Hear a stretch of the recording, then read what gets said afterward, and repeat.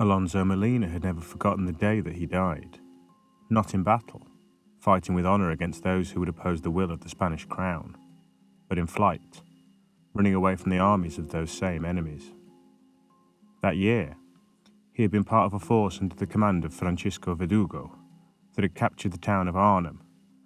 This was part of a plan to prevent Dutch forces from linking up with their German allies via the Rhine River. The fortress town had capitulated easily enough, but the Spanish victory had proven short-lived, with a combined army of Dutch and English soldiers soon arriving to retake the location. Days after the arrival of this substantial force, Molina and many of his fellow soldiers had discarded their muskets and pikes and fled their positions, in the face of a murderous hail of British cannon fire. As the columns of tired and defeated Spanish infantrymen had wearily trudged their way southwards, heading back towards friendly territory, the effects of hunger and fatigue had gradually begun to take their toll.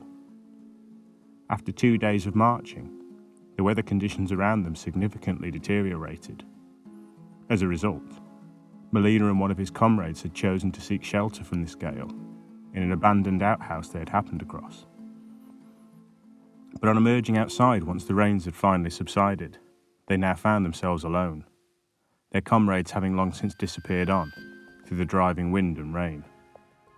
By now, hopelessly lost, the pair eventually found themselves meandering along a thin strip of land, which rose up to separate two reservoirs. Not another living being anywhere to be seen, for miles around. And it was here, in this place, as the weary Spanish soldier had stopped for a time to fill his canteen from the icy cold waters of the vast Dutch dike, that he had ended his days. Not with a flourish, or a roar of triumph as his enemies fell back before him, but with a shrill cry of fear, as something horrifying and impossibly strong had risen up from the water and firmly taken hold of his throat. For the briefest of moments, he had struggled desperately with his opponent, something that resembled a man, but was covered in a thick layer of moss and foliage, reeking of decay and putrefaction. But then he was down, and underneath the surface, inhaling lungfuls of icy water, his vision slowly filling with darkness as the sun's light receded further and further above him. Gradually, the darkness had receded, to be replaced with an eerie blue glow. It was at this point, when Molina had tried to blink and realised his eyes were permanently fixed open, he had come to the realisation that he was dead. For the next few minutes, the Spaniard desperately tried to move his limbs, to open his mouth and scream for help, but his body refused to respond, merely hanging lifelessly suspended just above the muddy bottom of the dike. Unable to comprehend his fate or understand why he could still see, but carry out no other physical action, Molina's eyes began to dart around, frantically trying to make sense of his situation. There, further above him, the sun still shone down on the water's surface, but the pale blue light that seemed to saturate the water around him was clearly nothing to do with the fiery orb that moved ponderously across the distant sky. Peering out as best he could, with his limited field of vision into the waters around him, Molina detected no sign of his killer, or indeed, anything else for that matter. He could do little else, other than wait.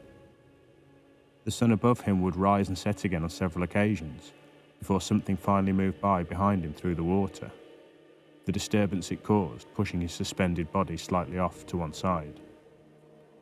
As he was gently propelled along, the dead Spanish soldier suddenly caught sight of another body, similarly suspended in the water, hovering not far from where he had come to settle. The remains were those of a man, almost perfectly preserved by the cold water, displaying minor signs of decay. He was adorned in what appeared to be the clothes of a simple farmer, eyes staring hopelessly outwards, just as Molina's. Over the coming days, as he hung lifelessly trapped within his own body, whatever unseen force had passed around behind him repeated the manoeuvre on several further occasions. And with each minor adjustment of his position, the Spaniard became aware of yet more bodies lying trapped in the water around him, easily numbering between 10 and 20 souls. In time, he lost track of the number of times that the sun and moon had swapped around above him, the unnatural blue light that filled the surrounding waters never seeming to increase or diminish. After what he believed must have been in the region of months, the creature that was responsible for his death finally hove into view before Melina. He had been staring dejectedly at the latest body he had identified, that of a young girl wearing peasant's clothing, when a dark shape materialized from the waters behind her.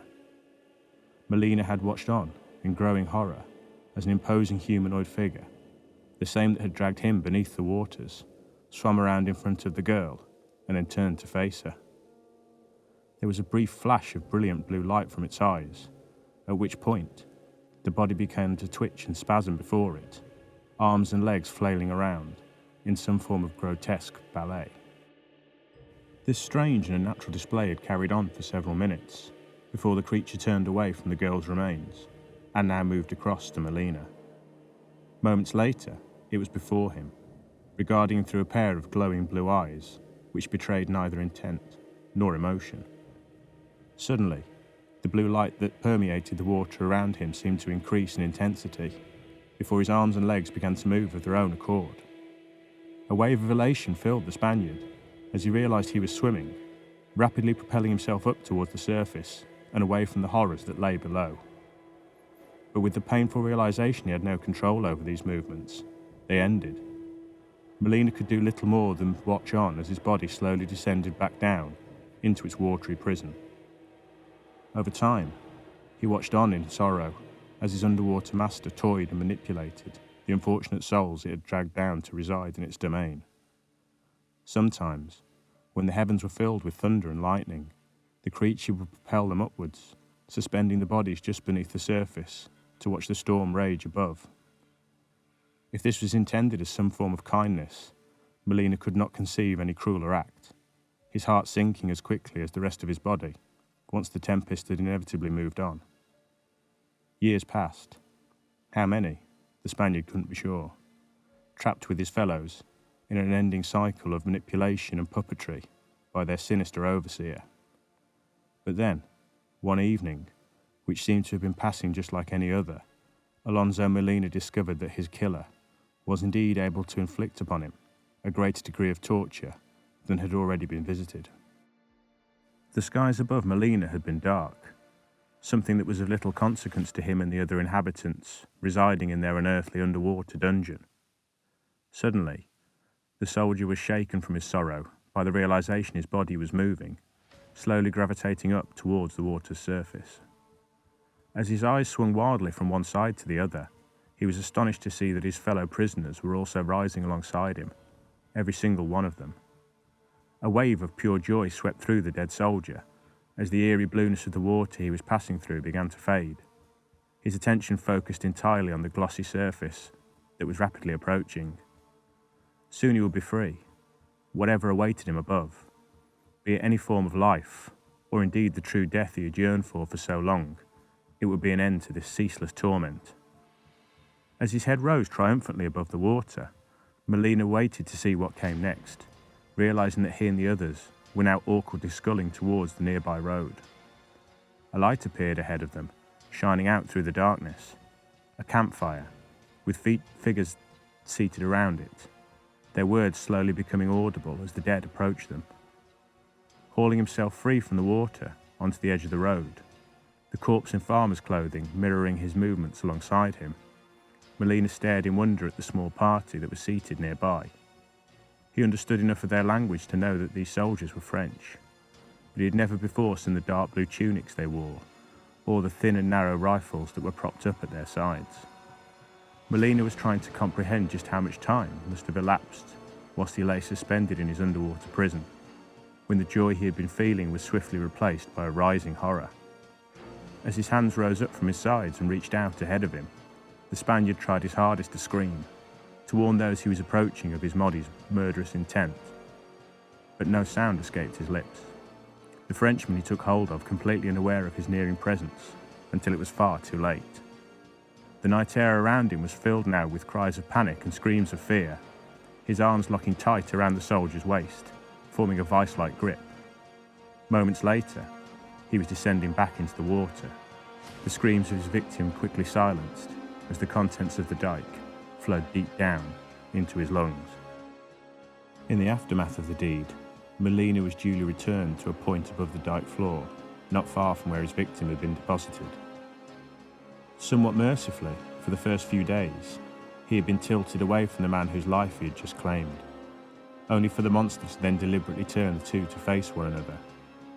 Molina and the Frenchman were forced to stare into each other's eyes for an eternity, prolonging the trauma of the horrifying event that had ended the French soldier's short life. It had been a mercy when this stare had finally been ended, even with the realisation that the pair were once again being dispatched up to the surface. They were alone this time, the rest of the dead remaining below them as they rose up from the depths of the dike. On this occasion, it was a courting couple that would join them, deep below once the deed was done, punished solely for the crime of having been in love with one another. And there were many others after them. Another farmer, on his way to market, a youth, seemingly already upset and fleeing from some unknown terror, only to then be pulled down through the invisible portal that led to their realm.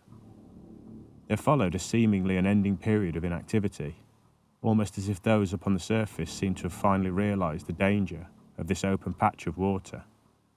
But then, the whole horde was once again dispatched, with a single figure having frantically plunged itself into the water above them. Molina and the others had been on the verge of taking hold of this lone swimmer, when several more had waded into the water, seemingly in pursuit of it. Below them, the creature had suddenly held them back, rising up to join them, watching on to see what was transpiring in the shallow waters above. The swimmer was now being hauled back towards the shore by the others who had entered the water after it, dragging it violently back up onto the road. When the dead broke the water's surface, it was again night time. Several soldiers stood nearby on the banks, clustered around their lone quarry. For once, Molina's horror at the act he was being forced to participate in was eclipsed by the bizarre uniforms these soldiers wore. Long grey overcoats of some kind, with steel helmets, and odd-looking firearms that were made entirely of metal. They were holding torches that shone narrow beams of light whilst producing no flame, and were standing next to a large metal carriage of some kind. As Molina and the others began to shuffle forward, in readiness for their grim task, one of the soldiers raised his weapon, shooting the man they had been standing in the head. Moments later, the soldiers were seized, Molina's arms brushing against the metal gorget that hung around the neck of his victim as he tightly locked his arms together. And then they were gone, the water surface settling above them, the body of the soldier's victim left lying on the road, alongside their abandoned steel carriage. But little time had passed since the grey uniformed soldiers had settled down alongside the existing prisoners, before something large and unexpected came crashing into the waters above them. Almost immediately, the bodies of the dead were being readied to rise again, Molina's eyes fixed on the bizarre shape that floated up on the surface above them. He had been slowly approaching the long object, which possessed two other long sections that jutted out either side of it, when someone had emerged from it and started swimming out towards the bank. Mercifully, he'd not been directed to seize the green uniformed swimmer, or included in the first wave of the dead that the creature had dispatched towards the object. But as staccato gunfire had erupted above, the broken remains of his fellow victims now began to descend back down past him. Their torment finally ended. The remaining dead had been rushed forward towards the floating object, only for half their number to suddenly be diverted away in the direction the swimmer had been heading. As he broke the water's surface, Molina could hear further gunfire and yelling behind him, as those atop the object battled desperately to save their lives. Ahead of him, another metal carriage straddled the roadway, with more of the grey uniformed soldiers descending from it and hurrying over to the river's bank. One, a big fellow, suddenly turned and caught sight of him, shouting a cry of warning to the others, yet none fired, all seemingly entranced by the appearance of the advancing horde. Still unable to express any warning or sorrow for the act he was about to perform, Molina felt his arms rising again, ready to claim another soul for his master. Ahead of him, the soldier raised his weapon. Seconds later, the dead Spaniard registered several impacts as the ammunition it spat forth tore through his rusted armour. But still he shambled onwards, neither feeling or affected by the damage that had been inflicted on him, reaching out, to add these warriors to the ranks of the dead. Had he been able to smile, Alonso Molina would have beamed with joy, as the soldier before him coolly and calmly reversed the grip of his weapon and then brought it smashing down into the side of his head. The calming darkness he had sought for so long, finally enveloping and embracing him.